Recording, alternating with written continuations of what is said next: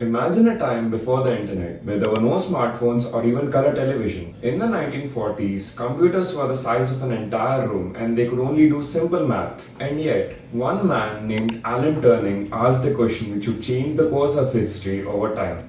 The question was, can machines think for themselves?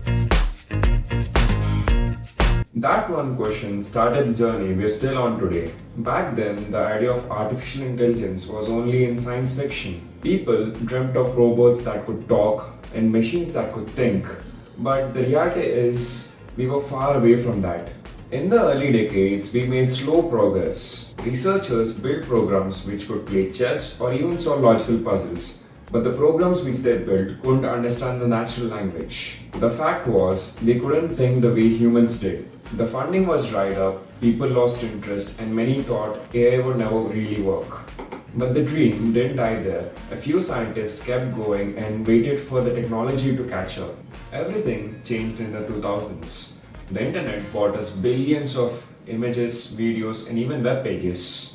For AI, this meant something new, which was data, and it was a lot. In 2012, an AI crushed the ImageNet competition, a test which is conducted for recognizing different sets of images. It was the first big win for deep learning. Suddenly, AI could recognize faces in photos, it could understand the words spoken by us, it could even translate them in real time. The world realized AI wasn't a dream anymore. AI was here and it was getting better every second. Then came the powerful graphics cards, or even called GPUs.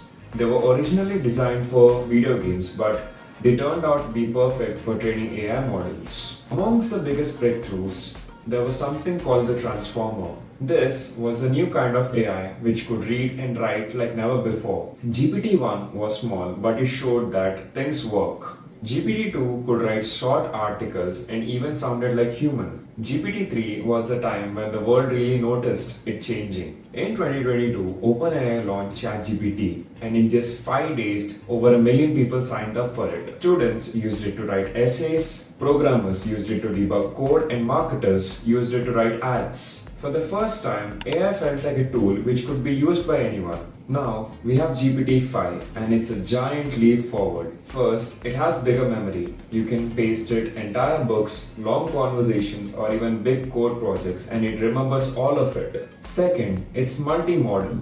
That means it can understand text, audio, video and even pictures all in the same chat. Third, it's fast. The conversations feel instant, quick, and even more like human. AI is no longer a lab experiment. It's in our phones, it's in our cars, and it's even in our offices. In education, AI tutors can explain math step by step to every single student specifically.